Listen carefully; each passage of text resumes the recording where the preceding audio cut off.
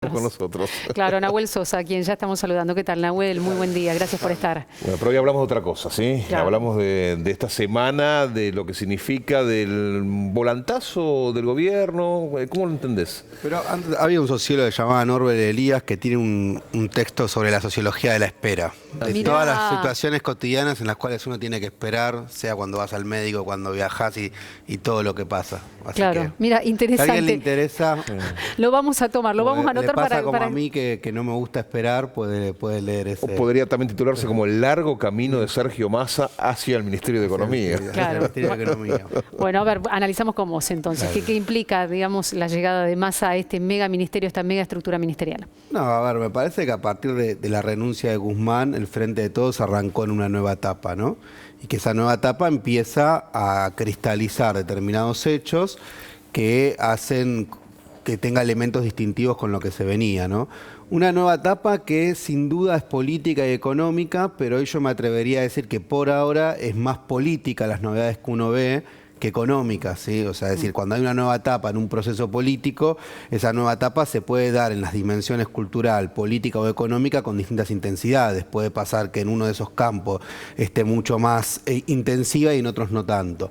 Me parece que, más allá de que yo sé que si vamos a hablar de las personas y está bien, hay que evitar los pensamientos mágicos de que viene una persona y es un gran salvador. Acá lo que va a pasar es si esa persona y esas circunstancias se dan en el marco de determinadas acciones que tengan continuidad en el tiempo y que puedan revertir una situación muy compleja. Es interesante y hasta peligroso lo que decís, porque significa que también varias de las cuestiones más picantes, urticantes de lo económico están derivadas directamente de lo político, porque si desde lo político bajó 50 pesos el dólar paralelo, en tan solo 48 horas subieron los bonos, Wall Street mostró mejoras, y esos son indicadores económicos. Está muy bien la pregunta que hace. Yo creo que ahí lo que pasó es frente a unas... A ver, el Frente de Todos venía con grandes contradicciones, que no están mal las contradicciones en sí mismas. Una contradicción puede servir para que un bloque político avance o puede servir para que ese bloque político se fragmente. En este caso pareciera que lo de Massa es una síntesis, se logró avanzar, había como no se le encontraba el agujero al mate y bueno, aparece una cosa con mucho consenso, incluso la propia Bataki ya había tenido mucho consenso de los gobernadores y los intendentes, un Frente de Todos que vuelve a recuperar el consenso y el diálogo entre las tres partes, es decir, entre Cristina, Alberto y Massa, y eso no es menor. Y a su vez yo le agregaría, además de las personas de Cristina, Alberto y demás, también que el Frente de Todos en su esencia es una coalición que tiene muchos actores políticos y sociales, es decir, los movimientos sociales, los movimientos sindicales, colectivos feministas, o sea, volvamos al 2019 a esa imagen de cómo se constituye el Frente de Todos. No fue solo un frente que se constituyó desde la superestructura, por arriba, también fue un frente que fue producto de lucha, fue producto de resistencia hacia el macrismo, en la cual los protagonistas, y me parece que esos propios actores estaban pidiendo o exigiendo que se vuelva una síntesis.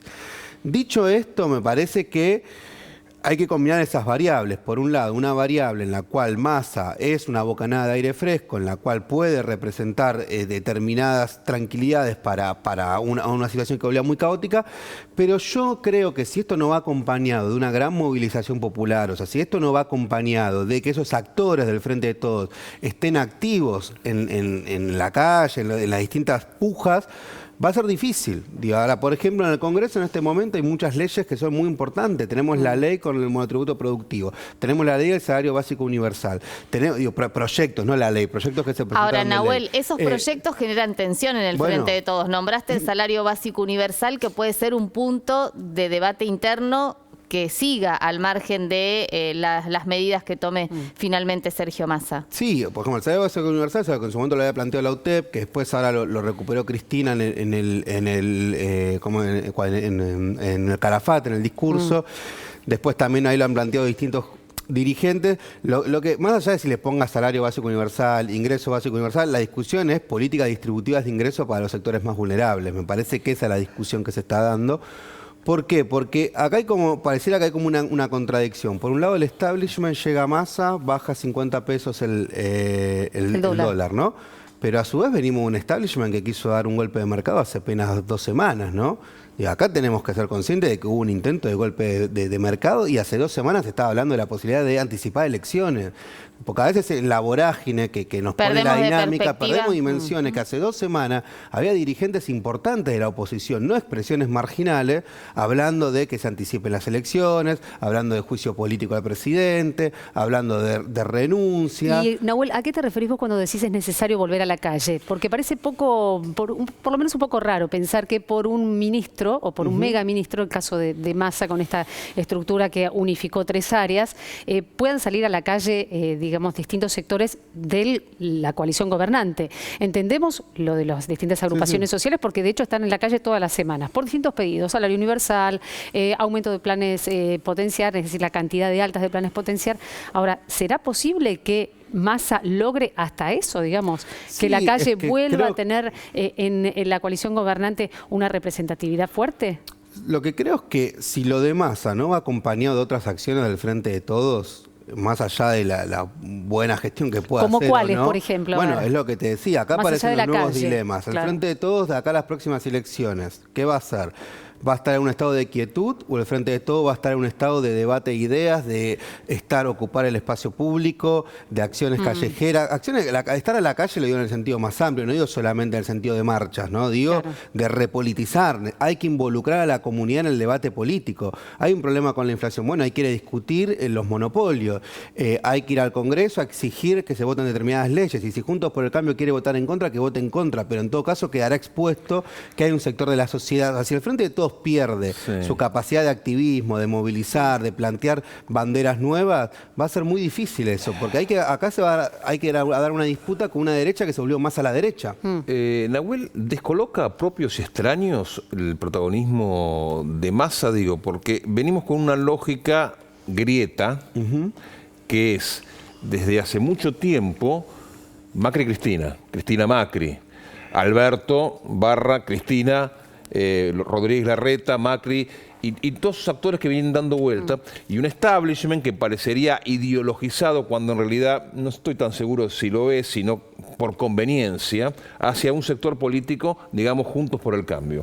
Ahora aparece un actor como Massa y ese mismo establishment que parecía tan abrazado a Juntos por el Cambio responde positivamente. ¿Entra en crisis la grieta con la presencia de una mirada de un hombre como Sergio Massa? Bueno, es que, viste, a mí siempre depende de qué entendemos por grieta, porque como es una palabra que se fue como desvirtuando un poco, ¿no?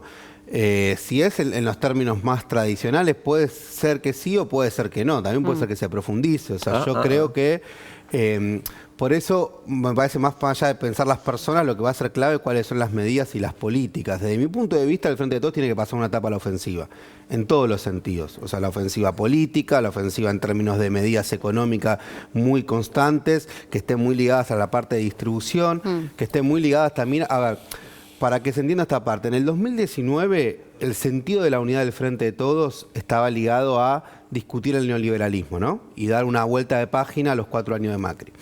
En el 2020 y parte del 2021, el sentido estuvo muy ligado a la idea de las políticas del cuidado, o sea, frente a la pandemia y a una oposición que te convocaba a la anticuarentena, a la infectadura, el sentido fue decir, bueno, el Estado presente, las políticas del cuidado, las vacunas, hay una idea del otro, evitar el hiperindividualismo. Me parece que después entró como en una suerte de crisis en la cual el sentido de la unidad empieza a haber un debate dentro de la propia coalición. Bueno, creo que hay que recuperar el sentido de la unidad, porque la unidad por sí misma no alcanza, que desde mi punto de vista hoy tendría que ser trabajo, producción y distribución. Eso tienen que ser los 3 ejes, tanto en las medidas económicas que haga Massa, tanto en la puja distributiva que se dé en el espacio público y en las movilizaciones que yo te decía, también como en los debates que hay que dar. O sea, es necesario revitalizar a la militancia. Creo que ahí hay un factor clave que a veces lo perdemos en el activismo, y a su vez tener en cuenta que lo de Massa tiene un impacto geopolítico, la renuncia de Vélez, ¿no? Porque acá hay algo que es importante decirlo. O sea, ¿cómo se va a parar la Argentina geopolítica en términos de hay una posibilidad concreta de que gane Lula en octubre? Eso cambia radicalmente el mapa regional. Por ejemplo, porque puede haber una unidad de moneda regional que te evite estar condicionado tanto por el dólar. Puede cambiar lo que es la relación con China. ¿qué pasa si empieza a haber ingresos de otros lugares y no solo se depende de los dólares que se traigan del BID o de otros mecanismos? Me permite interrumpirte Sí. para preguntarte, y en ese lugar o en este ámbito o en este escenario, ¿cómo se entiende, por ejemplo, que sectores como la mesa de enlace esté ya reclamando, que es lo lógico, ¿no? Porque si asume el miércoles Massa, la mesa de enlace está reclamando reuniones para analizar con un referente, si se quiere, no sé si la palabra es más amigable, vos corregime, la situación, por ejemplo, agropecuaria del país. Digamos, hay sectores que habitualmente están muy enfrentados con la coalición gobernante y que ven en Massa un referente de diálogo. Es lo que te decía yo también, ¿no? Un poquito. Yo ¿no? creo que va a haber un sector del establishment que efectivamente va a tratar de alguna manera de buscar un camino que permita algún tipo de, por lo menos, de solución a corto plazo. Y después creo que la verdad que hay otro sector del establishment que no. O sea, yo particularmente creo que hay un sector del establishment que apuesta a que el peronismo por primera vez no pueda terminar su mandato de la vuelta a la democracia, que es un sector duro, ideologizado, que tiene poder financiero, poder mediático concentrado y que más no le allá de importa los quién sea el nombres, ministro. no importa, no hay un problema ahí de patrimonio ni de plata, hay un problema ideológico, cultural, con que necesitan construir las condiciones o una narrativa para que después permitir que, si eventualmente asuma la derecha, asuma con un grado de consenso. Creo que el establishment, en ese sentido, cierro con esta idea, no es que es algo homogéneo. Dentro del establishment también hay fracciones que tienen distintas disputas. Esto lo hemos visto. Después muchas veces cierran filas entre todos, pero no es lo mismo, a veces, no sé, la gran burguesía terrateniente que el poder financiero, que no es lo mismo un grupo concentrado local que un grupo a su vez transnacionalizado. Empiezan a ver ahí sus distintos claroscuros. Sí, pienso que el establishment tiene ideología, un poquito más a la derecha, un poquito menos, pero tengo la sensación que sí está ideologizada y por eso operan y por eso hay golpes de mercado. Pero al margen de eso, no es necesaria la institucionalización del Frente de Todos. Digo, hoy cambió la expectativa, el establishment acompaña claramente esta designación de Sergio Massa. Ahora también este acompañamiento puede generar cierta tensión hacia adentro de la coalición oficialista. Sí, yo creo que ahí hay esto que te decía de los dilemas que tiene el Frente de Todos por delante. Uno es la institucionalización, es decir, ¿qué va a hacer? ¿Se va a convertir en una coalición política para que eventualmente cuando aparezcan estas tensiones pueda haber ámbitos donde se sintetice? ¿O no se convierte en coalición política y sigue siendo un frente que muchas veces lleva a tensiones que no se han podido resolver en determinados lugares como corresponde, ¿no? Si me preguntás, desde mi punto de vista, hay que hacer al estilo Frente Amplio versión criolla o el PT. O sea, si no logramos ser el PT, el Frente Amplio, hacer esas coaliciones que duran en el tiempo, porque hay que pensar el Frente de Todos de acá a los próximos 10, 15 años, no solamente pensarlo en el 2023. Dios, que esta coalición popular incluso logre ampliarse, necesita sin duda buscar algún tipo de mecanismo de institucionalización, porque eso también después tiene sus limitantes. Pero en medio de este dilema, además aparecen, y para finalizar, los discursos de odio, ¿no? Que parecerían evidentemente que tienen en algún sector de la sociedad aceptación, ¿no? Y eso también tiene que ver con un cuestionamiento de toda la clase dirigente. Pero te aparece un Milei, bueno, ya lo hemos escuchado, pero en las últimas horas un expert diciendo que hay que el control de natalidad para que no se generen más planes sociales. ¿Cómo vivimos con todo eso? Bueno, yo creo que, a ver, en el siglo XXI hubo un cambio en las formas de los procesos destituyentes, ¿no? Mientras que en el siglo XX era con los ejércitos, en el siglo XXI muchas veces se utilizaban otras tácticas con agentes de la sociedad civil. Te voy a mencionar tres. Una, las corridas cambiarias. Dos es la antipolítica y tres son los discursos de odio. Los discursos de odio básicamente lo que buscan es generar un malestar social en el cual se anula al otro y en el cual se legitiman, por ejemplo, algo que en ciencias sociales llamamos aporofobia, que es la construcción del temor hacia los pobres. Hablaste de los planes sociales, fíjate cómo en los últimos 3, 4 meses permanentemente está la idea de parásitos se instala.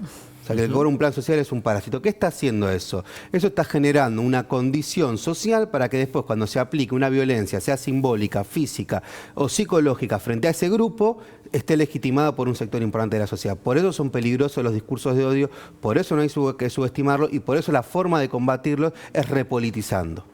Nahuel, muchísimas gracias por haber venido. A ustedes. Gracias. Nahuel Sosa, sociólogo, docente de la UBA. Bien.